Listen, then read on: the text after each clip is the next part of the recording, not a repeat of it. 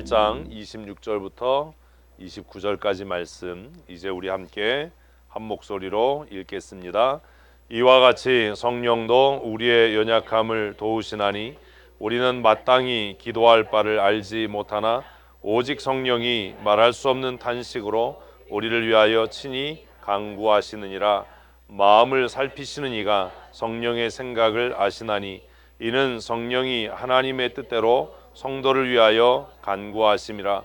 우리가 알거니와 하나님을 사랑하는 자 곧 그의 뜻대로 부르심을 입은 자들에게는 모든 것이 합력하여 선을 이루느니라. 하나님이 미리 아신 자들을 또한 그의 아들의 형상을 본받게 하기 위하여 미리 정하셨으니 이는 그로 많은 형제 중에서 맏아들이 되게 하려 하심이니라. 아멘. 아멘. 앞볼을 잘못 넣었어요. 우리는 계속해서 성령 하나님은 어떤 분이신가 하는 말씀을 생각하면서 은혜를 나누고 있습니다. 고난주간과 부활주일이 있어서 잠깐 고난주간과 부활주일에 관한 말씀을 나누다가 다시 성령 하나님이 누구신가로 돌아오려고 하니까 제 마음에 기억하고 있을까? 이런 생각이 고민이 없지 않아 있죠. 말씀을 들으실 때 집중해서 들으시고 그리고 한 주간 그 말씀을 생각하시면서 기도하시고 또 삶에 그 말씀이 실천되고 적용되는 은혜를 누리시기를 주님의 이름으로 축복합니다. 아멘. 부흥, 모든 교회가 꿈꾸는 단어이고 또 우리가 우리의 삶을 살아가면서 추구해야 할 정말 중요한 단어입니다. 부흥에 대해서 여러 번 말씀을 드리고 우리가 부흥을 여러 가지로 정의하고 설명했는데 성경이 말하는 부흥은 뭐라고 그랬지요? 회복이에요. 회복. 부흥. 영어 뜻도 그래요. 다시 새롭게 하는 것. 더 아주 원초적으로 창세기의 표현대로 이야기하면 타락 이전으로 돌아가는 것. 타락 이전으로 돌아가는 것. 그런데 이제 부흥이라고 하는 단어가 이 물질주의, 또 인본주의, 세속주의의 영향을 받아서 우리는 부흥하면 뭘 생각해요? 양적인 증대, 많아지는 것, 규모가 커지는 것. 그래서 성도의 수가 많아지고 교회 재정 규모가 커지고 하면 와, 뭐 했다? 부흥했다. 아침밥 안 드셨어요? 부흥했다라고 생각하는데 그건 부흥이 아니에요. 우리 살찐 사람 보고 부흥했다고 얘기는 안 하잖아요. 뭐 했다? 살쪘다. 둔해졌다. 그런 거죠. 부흥이라고 하는 건 본질을 회복하는 겁니다. 창조, 타락 이전으로 돌아가는 것. 하나님께서 원래 창조하신 원래의 목적을 회복하는 것. 믿으면 아멘. 교회의 부흥은 뭐겠어요? 아니 생각을 하시라고요. 다시. 아이 나 참 우리 참 이거 참 학력 조사를 하든지 그래야지 진짜. 자, 일반적인 부흥은 창조의 원래 목적을 회복하는 거예요. 그래서 타락 이전으로 회복되는 게 뭐예요? 부흥이에요. 부흥. 우리가 아프고 병들고 가난해지는 것도 죄의 결과이니까 병든 사람이 사실 건강하게 되는 것도 뭐예요? 부흥이라고 할 수 있지요. 가난한 자가 하나님이 주신 풍성한 은혜를 누리는 것도 부흥이에요. 왜냐하면 우리가 1월 달에 말씀 나눴던 것처럼 우리를 향하신 하나님의 기본적인 뜻 뭐다? 복 주시는 거다. 복 주시는 거다. 믿으면 아멘. 하나님은 우리가 복 받고 살아가기를 원해요. 우리가 가난해지거나 외로워지거나 뭐 슬퍼지거나 이렇게 사는 걸 원하지 않아요. 하나님은 우리가 어떻게 해요? 가장 복되게 사는 것. 제가 지난주 중에 북일이 갔다 왔거든요. 딴소리를 하게 만들어요. 왜? 벚꽃이 쫙 핀 걸 보면서 하나님은 과연 선하시다. 벚꽃이 왜 펴요? 우리 즐겁게 하려고 피는 거죠. 열매 맺으려고 핀다고 그러려고 그러지 말고 보는 사람으로 하여금 행복하도록. 너무 이쁘잖아요. 너무 아름답잖아요. 제가 어제 동영상을 하나 봤는데 밤에 그 보성 있는 쪽에도 벚꽃이 이렇게 많대요. 누가 바이크 타고 이렇게 쫙 조명을 정말 멋있게 켜놨어요. 하나님은 우리가 살아가면서 자연을 통해서 우리의 일상의 삶을 통해서 우리가 어떻게 살기를? 가장 행복하게 살기를, 복되게 살기를. 그걸 어떻게 알아요? 창세기 1장을 보면 굳이 에덴을 만드실 이유가 없었어요. 하나님이 만드신 모든 것이 하나님 보시기에 좋았는데 그 중에서도 하나님이 특별히 에덴을 만드시고 그곳에 하나님 형상으로 지음받은 아담과 하와를 두시고 야 너희들 마음대로 행복하게 살아. 그러니 하나님은 우리에게 복 주시는 분이고 아멘. 우리는 복되게 살아야 할 책임과 권리와 의무가 다 있는 거죠. 행복하게 사십시오. 일주일 행복하셨나요? 근데 아닌 것 같아요. 얼굴 보니까 쭈구리한 것 같아요. 부흥이란 그런 거예요. 부흥은 원래 목적을 회복하는 거예요. 양이 증대하는 게 아니라 인간을 만드신 원래 목적은 어떻게 사는 것? 행복하게 사는 거예요. 복되게 사는 것. 누가 자꾸 괴롭혀도 나는 그냥 행복하게 살기로 작정했어. 이러고 그냥 행복하게 사. 누구 때문에 불행해지는 게 아니라 내가 나를 불행하게 만드는 거죠. 내가 행복하게 살기로 결심할 때부터 뭐가 시작돼요? 행복이 시작되는 거예요. 근데 이게 안 되는 거예요. 돈 많으면 행복해질 것 같죠? 안 그래요. 내가 행복하게 살기로 작정했을 때. 제가 한동안 그 생각했거든요. 아, 바이크를 좀 좋은 걸로 바꾸면 행복해질까? 근데 그게 아닌 거예요. 지금 있는 것도 누리지 못한다면 더 좋은 게 생겨도 똑같아요. 먼지 쌓이고 그냥 처박아 놓고 그런 거죠. 지금 누리고 행복할 수 있을 때. 교회의 부흥은 뭐지요? 교회의 본질을 회복하는. 이거 얘기 못하면 또 다른 얘기 또 해야 돼. 빨리빨리 하자고요. 교회의 부흥이 뭐예요? 교회의 본질을 회복하는 거예요. 근데 문제가 뭐냐? 우리는 그렇게 생각 안 한다는 거예요. 인본적인 부흥, 세속적인 부흥은 그냥 예배 출석하는 사람의 숫자가 많아지고 재정의 규모가 커지면 뭐다? 부흥이다라고 생각해요. 근데 성경이 말하는 부흥은 양적인 증대, 양적인 팽창이 아니라 뭐라고요? 본질을 회복하는 거예요. 이거 머릿속에 확 집어넣어야 돼요. 뭐 하는 것? 본질을 회복하는 거예요. 교회 부흥은 교회의 본질을 회복하는 거예요. 잊지 마십시오. 대답도 안 해. 예? 그럼 교회 본질이 뭐예요?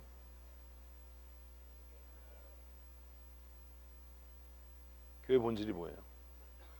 이게 정의가 안 되니까 세상의 개념을 교회 안으로 자꾸 끌어들이는 겁니다. 교회 본질이 뭐예요? 하나님을 영화롭게 하는 거. 너무 폭이 넓잖아요. 교회의 본질이 뭐냐? 교회는 어떻게 부흥하느냐? 라고 할 때 제가 어제 신방하면서 권면을 했는데 본질이 뭐냐를 아는 방법은 딱 하나예요. 뭐예요? 말씀이에요. 말씀. 사람을 창조한 본질 어디에 있어요? 성경에 있어요. 가정을 만드신 본질 성경에 있어요. 우리가 경제 활동을 해야 되는 이유 성경에 있어요. 두말할 필요 없이 하나님이 이 땅에 교회를 세우신 목적 어디에 있다고요? 성경에 있어요. 그래서 정말로 교회가 부흥하려면 뭐 양적인 증대, 팽창을 이야기하고 꿈꾸기 전에 정말 교회 지도자들은 뭘 생각해야 돼요? 교회의 본질이 무엇이냐? 좀 쉽게 빠르게 갑시다. 자꾸 이해를 못하면 또 다시 돌아가야 되니까 대답을 자꾸 하셔야 돼요. 교회가 성장해 가는 데는 부흥이 아니라 성장해 가는 데는 다른 단어를 쓰고 있어요. 성장해 가는 데는 성장시킬 수 있는 동력이 필요해요. 자동차가 움직이기 위해서 또 에어컨이 작동되기 위해서 뭐가 필요하죠? 동력이 필요하잖아요. 동력이. 그래서 연료가 뭐냐에 따라서 내연기관의 종류가 달라지는 거죠. 휘발유를 쓰는 엔진도 있고 경유를 쓰는 엔진도 있고 또 뭐 또 있어요? 전기도 있고 가스도 있고 수소도 있어요. 겉으로 보이는 건 다 같아요. 엔진의 종류가 다른 거예요. 무슨 얘기 하려고 하는 거죠? 교회마다 교회가 성장하는 뭐가 달라요? 동력이 달라야 돼요. 다를 수밖에 없어요. 왜냐하면 그 교회가 위치해 있는 지정학적인 이유 그리고 교회를 구성하고 있는 성도들의 구성 따라서 어떤 성장 엔진을 가져야 교회가 성장할 거냐라는 고민을 해야 되는 겁니다. 주유소에서 가장 많이 일어나는 사고 중에 하나가 뭐지요? 혼유예요. 혼유. 혼유가 뭐예요? 휘발유 엔진에 석유를 넣어요. 휘발유 엔진에 경유를 넣거나 경유 엔진에 휘발유를 넣는 거죠. 어떤 일 생기죠? 뭐 어떤 일 생겨요? 엔진 깨지죠. 차가 망가지죠. 그죠? 우리는 그냥 아무 의미 없이 성장하는 교회의 성장 시스템을 가지고 오면 교회가 성장할 거라고 생각해요. 그래서 막 배우러 다니고 고민하고 연구하고 어느 교회는 어떻다는데 어떤 교회는 어떻다는데 이런 바보 같은 소리를 해요.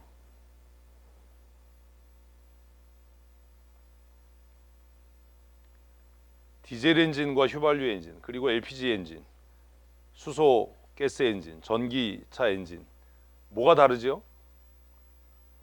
차가 움직이는 건 똑같지만 엔진의 구조와 특성이 달라요. 잘 들으셔야 돼요. 별거 아닌 것 같지만 말씀을 나누고도 자꾸 헛소리하면 아주 그냥 숙청이 아니에요. 휘발유 엔진과 디젤 엔진의 가장 큰 차이가 뭔지 아세요? 자동차를 다 뺏어야 돼 이 사람들. 가장 큰 차이. 휘발유 엔진은 점화 플러그가 있고 디젤 엔진은 점화 플러그가 없어요. 휘발유 엔진은 점화 플러그에서 강제 점화 방식이고 디젤 엔진은 자연 점화 방식이에요. 공기와 경유를 아주 높은 압력으로 압축을 하면 열이 발생해서 그냥 폭발하는 거예요. 그래서 엔진 특성상 디젤 엔진이 훨씬 힘이 강하지요. 그래서 화물차, 배 이런 데 디젤 엔진이 쓰여요. 근데 문제가 뭐예요? 압력이 높으니까 어떤 일이 생길까요? 진동이 크겠죠. 소음이 크겠죠. 엔진이 커져야 되겠죠. 그리고 불완전하게 연소될 수 있는 확률이 높으니까 매연이 많겠죠. 휘발유 엔진은요. 낮은 압력에서 강제로 불 붙여서 폭발시키는 거니까 엔진이 작아도 되죠. 소음도 적죠. 진동도 적죠. 근데 뭐가 약해요? 출력이 약해요. 그래서 소형 자동차, 승용차, 정숙함을 요구하는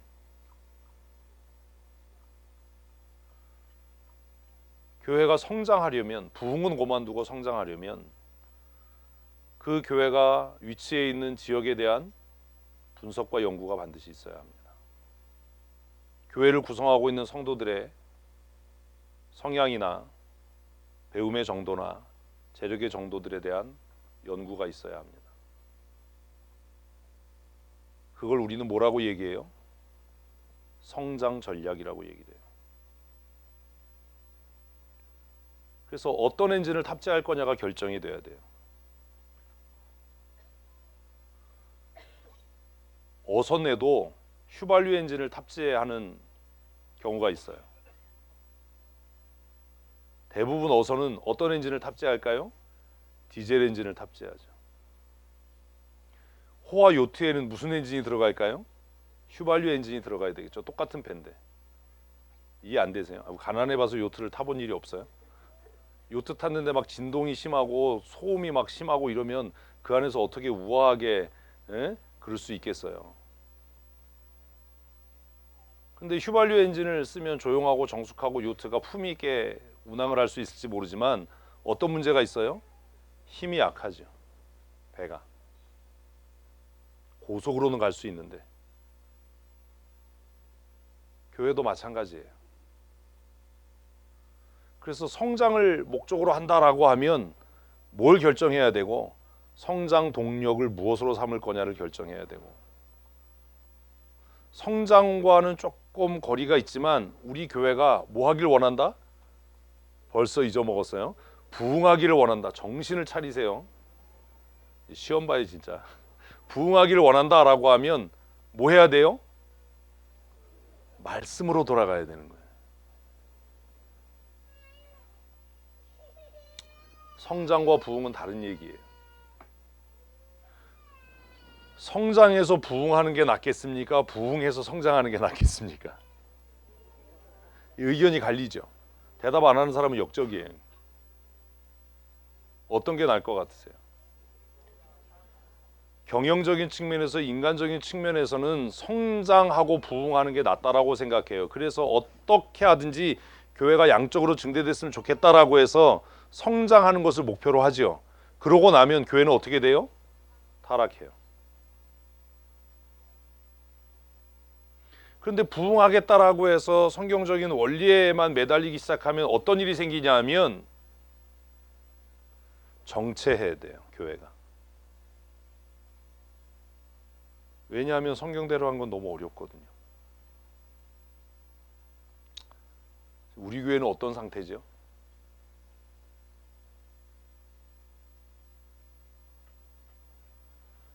대답을 안 하면 우리 교회 신앙생활 나 혼자 하는 것 같잖아요.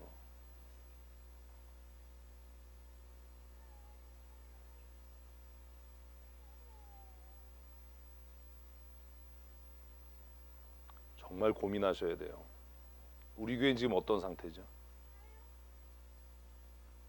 제가 볼 때 우리 교회는 사이에 껴 있어요. 그래서 정체되어 있는 거예요. 다 말로는 뭐라고 이야기하는데 성경대로 부흥하자라고 하는데 성경도 안 읽고 큐티도 안 하고 성경 해석도 안 되고, 그리고 마음으로 진짜 원하는 건 뭐예요? 그냥 성장했으면 좋은 거예요. 사실 이렇게 하는 것도 기분이 나쁜 거예요. 짜증나는 거예요. 아, 이런 거 고민하지 말고 그냥 편하게 하지.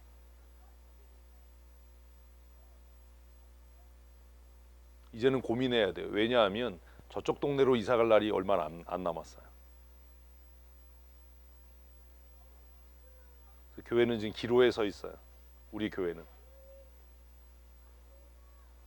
제가 원하기는 두 마리 토끼를 다 잡아야죠. One stone, two birds. 뭔 말인지 일석이조. 부흥과 성장을 함께 이루십시다. 아멘 한다고 해결되는 게 아니에요. 근데 아멘이라도 크게 해야 돼. 아멘 안 하는 사람은 도대체 뭐야?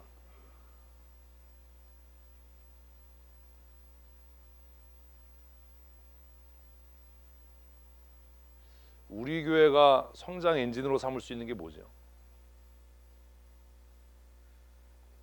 우리 교회가 부흥하기 위해서 표준으로 삼고 있는 게 뭐죠? 적어도 우리 모두가 함께 말씀을 지금 나누고 있지만 적어도 내가 서리 집사 이상이다라고 하면 이거 답할 수 있어야 돼요. 이거 답 못하면 지도자로서 자격이 없는 겁니다. 금요기도회 때 얘기했잖아요. 교회가 부흥하고 성장하는 데는 반드시 전략과 전술이 필요하다.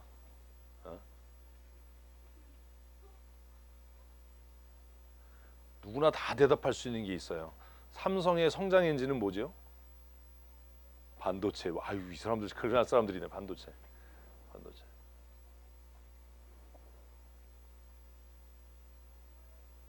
그래서 탁월했던 거예요. 삼성물산이 사카린 팔다가 사고 친 회사 아닙니까? 사카린 밀수에서 팔다가.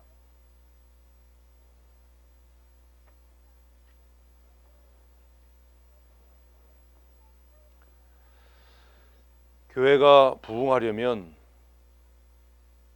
어디로 돌아가야 되고요? 말씀으로 돌아가야 합니다. 교회가 성장하려면 그럼 뭐 해야 될까요? 기도해야 합니다. 이거 왜 바뀌었어? 말씀이 먼저예요.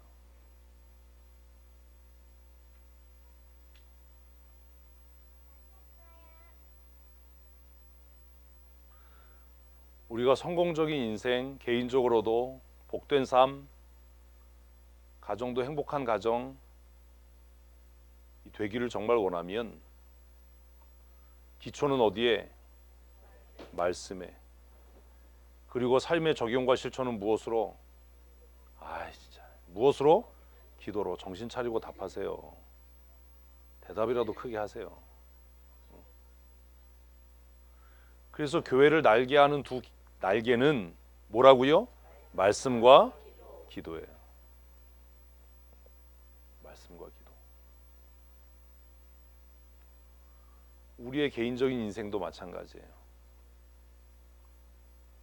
우리가 이 세상을 살아가면서 우리의 삶의 기초를 어디에?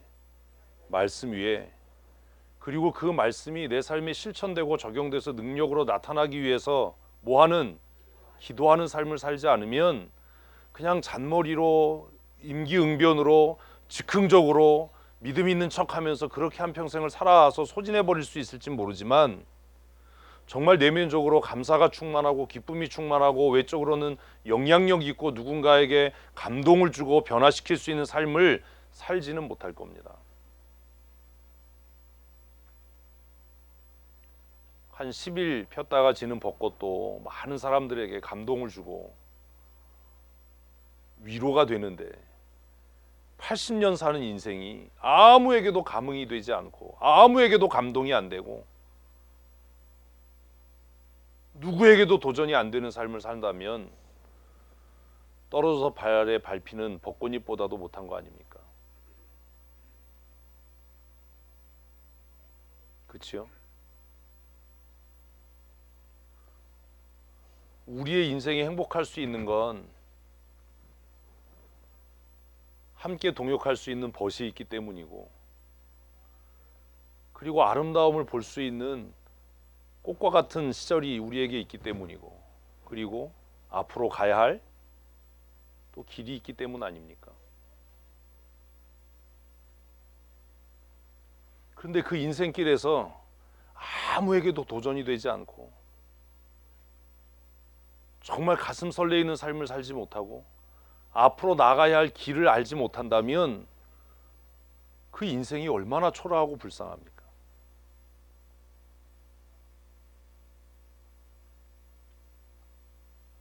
개인의 인생도 가정도 우리의 교회도 어디 위에? 말씀 위에. 말씀 위에 굳건히 서야 할 줄로 믿습니다. 그리고 그 말씀이 내 삶에 적용되고 실천돼서 꽃 피우기 위해서 뭐하는 삶? 기도하는 삶을 사십시다. 그래야 부흥과 무엇을? 성장을 함께 누릴 수 있잖아요. 부흥만을 이야기하는 사람, 성경의 본질만을 이야기하는 사람은 삶이 우중충해요. 맨날 다른 사람 정죄하고 맨날 안 된다 그러고 맨날 뭐 이러고 살아요. 기쁨이 없어요. 응? 맨날 기도만 하는 사람은 뭐가 없어요? 뿌리가 없어요. 동동 떠다녀요. 누가 뭐라 그러면 또 그러고 뭐. 두 가지가 함께 우리의 삶이, 우리의 가정이, 우리의 교회가 어디 위에? 말씀 위에 든든히 서서 날마다 하나님 앞에 엎드려 기도함으로 승리하고 열매 맺는 삶 사십시다. 아멘. 근데 이게 정말 가능하냐? 이게 정말 가능하냐?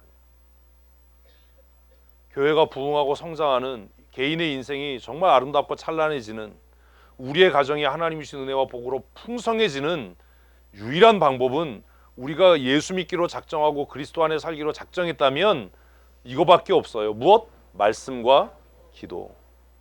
말씀과 기도. 그래서 화요일날 성경 공부하면서 성경 해석을 가르치는 겁니다. 어떤 교회가 성도들한테 성경 이렇게 해석해야 된다라고 가르치겠어요? 쉽지 않은 일을 배울 때마다 짜증나잖아요. 자꾸 틀려서 자존심 엄청 상하고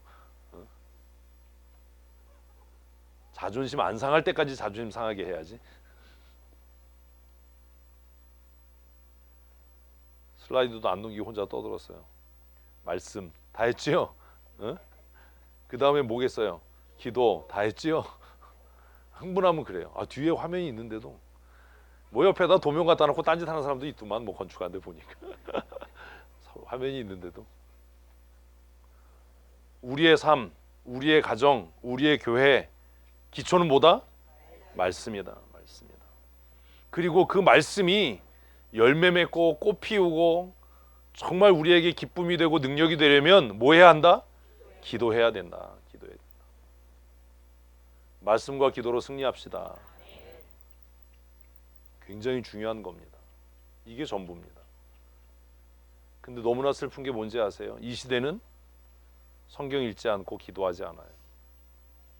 회의는 열심히 하는데 행사하자 그러면 열심히 해요. 뭐 하자 그러면 막 모여서 막 그냥 뭐 회의하고 뭐 조직하고 뭐 이런 걸 열심히 하는데 성경 읽고 무슨 뜻이냐 그러면 모르고 기도하라고 하면 할 말 없고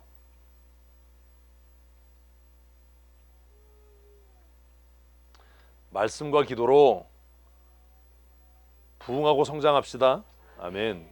반드시 그래야 돼. 이거 목숨 걸고 해야 돼요. 교회가 이제 우리 교회는 옆 동네로 이사 가면 새 예배당에서 좋지만 여러분 다 빛의 자녀가 되는 거예요. 우린 어디 가운데 살아요? 빛 가운데 살아요. 빛의 자녀, 빛의 자녀로 사는 귀 있는 사람만 알아들어요. 귀 있는 사람. 제가 어제 카페에 글 썼거든요. 벚꽃길.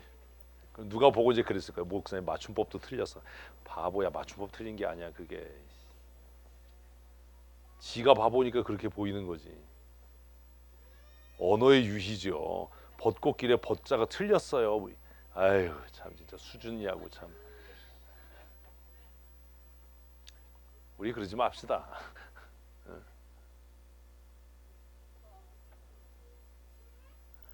우리는 다 뭘로 살아요? 빛의 자녀로 살 거예요. 그럼 목사님 채무를 다 갚은 빛의 자녀가 아니라 걱정하지 마세요. 또 새로운 빛을 만들어요. 우린 계속 빛의 자녀로 살 거예요. 왜요? 여기도 해야 되거든. 이거 끝나면 또 끝나냐? 아니에요. 또 할 때가 또 있어요. 계획은 영원 무궁해요. 우리는 끊임없이 빛의 자녀로 살 거예요. 이 얘기하는데 뭐 이렇게 즐겁지? 다른 사람들은 그 빛 때문에 고민을 하는데. 방법이 있어요. 방법이. 무슨 방법이 있어요? 말씀과 기도예요. 그냥 자다가도 그냥 해야 돼.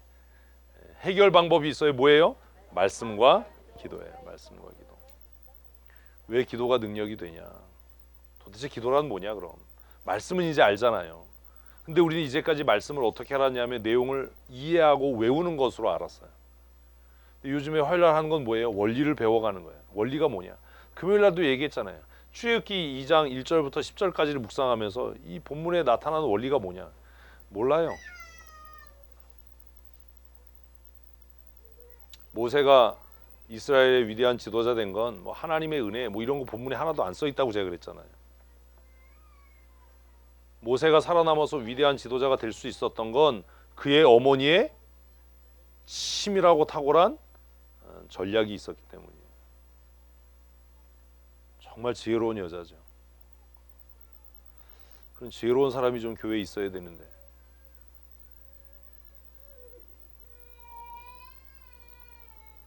기도가 도대체 뭐냐? 무엇을 위해서 기도해야 되냐? 요한복음 16장 24절을 먼저 읽어보십시다. 같이 읽겠습니다. 지금까지는 너희가 내 이름으로 아무것도 구하지 아니하였으나 구하라 그리하면 받으리니 너희 기쁨이 충만하리라. 아멘. 아멘. 네. 구하면 받으리라 빼고 구하면 기쁨이 충만할 줄로 믿습니다. 아멘. 기도 안 하니까 그러는 거예요. 기도 안 하니까 늘 우울해요. 기도하면 어떻대요? 기쁨이 충만해요. 뭘 받아서요? 응답 받아서요? 응답 받아서 아니에요. 우리는 이 본문 하면서 우리가 기도하면 우리의 기도가 응답돼서 내가 원하는 걸 받아서 기쁨이 충만해. 아니에요. 요한복음 16장이라는 데에 중요한 중요점이 있어요. 요한복음 16장 전체는 뭐에 대한 약속이에요? 성령 강림에 대한 약속이에요. 그래서 요한복음 16장 24절에 지금까지 너희가 내 이름으로 아무것도 구하지 아니하였으나 그럼 뭐예요? 여태까지 기도한 건 다 그거예요. 그죠? 다 그거. 그러나 이제부터 너희가 내 이름으로 구하면 아버지께서 주실 거예요. 그래서 뭐가? 기쁨이 충만할 거예요. 뭘 주신다는 거예요? 성령이요. 그래서 성령 충만하다라고 얘기하고 뭐 은사 얘기하는데 인생이 우울한 사람은 거짓말하는 거예요.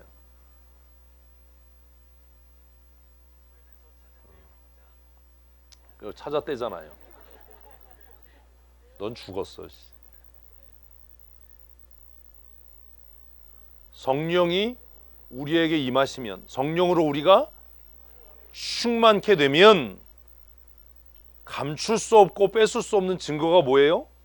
기쁨이 충만한 거예요. 좀 웃어보세요. 좀 교회 오는데 막 그냥 싸울 사람처럼 그렇게 오지 말고, 예배 끝나고 막 세상 짐 다 지고 가는 사람처럼 그런 얼굴로 가지 말고, 어떻게 뭐 기도해서 성령 충만해야 되는데 맨날 인상이 그래. 아니 교회마다 가면 저분이 이 교회 기도 대장이라는데 얼굴은 마귀 새끼 같이 생겼어. 이게 말이 되냐고. 그런 분들 못 보셨어요? 저는 많이 봤어요. 이 권사님이 우리 교회에서 기도 제일 많이 한대. 생긴 거 보면 아유, 말하는 거 들으면 있던 기쁨도 사라져. 그러면 안 돼요. 아니 생각해 보세요. 자기 부인이 교회 가서 막 철야하고 막 왔는데 막 설거지 다녀놓고 막 이렇게 막 발광을 하시면, 빛의 자녀로 막 발광을 하시면, 욕이 아니에요. 빛의 자녀로 뭐 하시면, 빛을 내시면, 발광을 하시면 우리 안에 기쁨이 있겠어요? 없잖아요. 나영이가 그래? 그래서 나영이는 안 그러지. 뭐 교회 와서 금식하고 기도하고 뭐 철야를 안 할 테니까. 왜 가족 구원이 안 돼요? 뭐 기도원 갔다 왔대는데 갔다 온 날부터 신경질 내는 거야. 기도원 갔다 오면 왜 신경질이 나요? 배고파서. 그게 잘 먹여야 돼. 회의하기 전엔 잘 먹여야 돼. 회의 길어지면 짜증 나잖아요. 배고파서. 성령이 임하시면, 하나님께서 우리에게 성령을 주시는 목적은 우리로 하여금 어떻게 하도록? 기쁨이 충만하도록. 믿으면 아멘. 웃으셔야 돼요. 교회가 부흥하는 전략 중에 하나는 성도들의 밝은 얼굴이에요. 근데 객관적으로 이야기해 보십시오. 정직하게 얘기합시다. 우리 교회 성도들 얼굴은 밝은가요? 내 책임도 있어. 맨날 물어대니까 틀리면 어떡하지? 막 근심해. 그래가지고 막 어두워. 이렇게 웃으니까 얼마나 좋아요. 근데 이렇게 막 다 웃는데 지금도 심각한 분들이 있거든. 그분들은 왜 심각해요? 뭐 자기가 알아서 해결해야지. 성령이 임하시면, 하나님께서 우리에게 성령을 주시는 목적은 다른 사람이 아니라 그 성령 받은 사람이 어떻게 되도록? 기쁨이 충만하도록. 기쁨이 충만한 하나님의 사람 되십시오. 그게 성장의 동력이에요. 잠언도 뭐라고 이야기합니까? 고기를 가득 쌓아놓고 싸우는 것보다 그냥 풀떼기 먹으면서 화목한 게 낫다.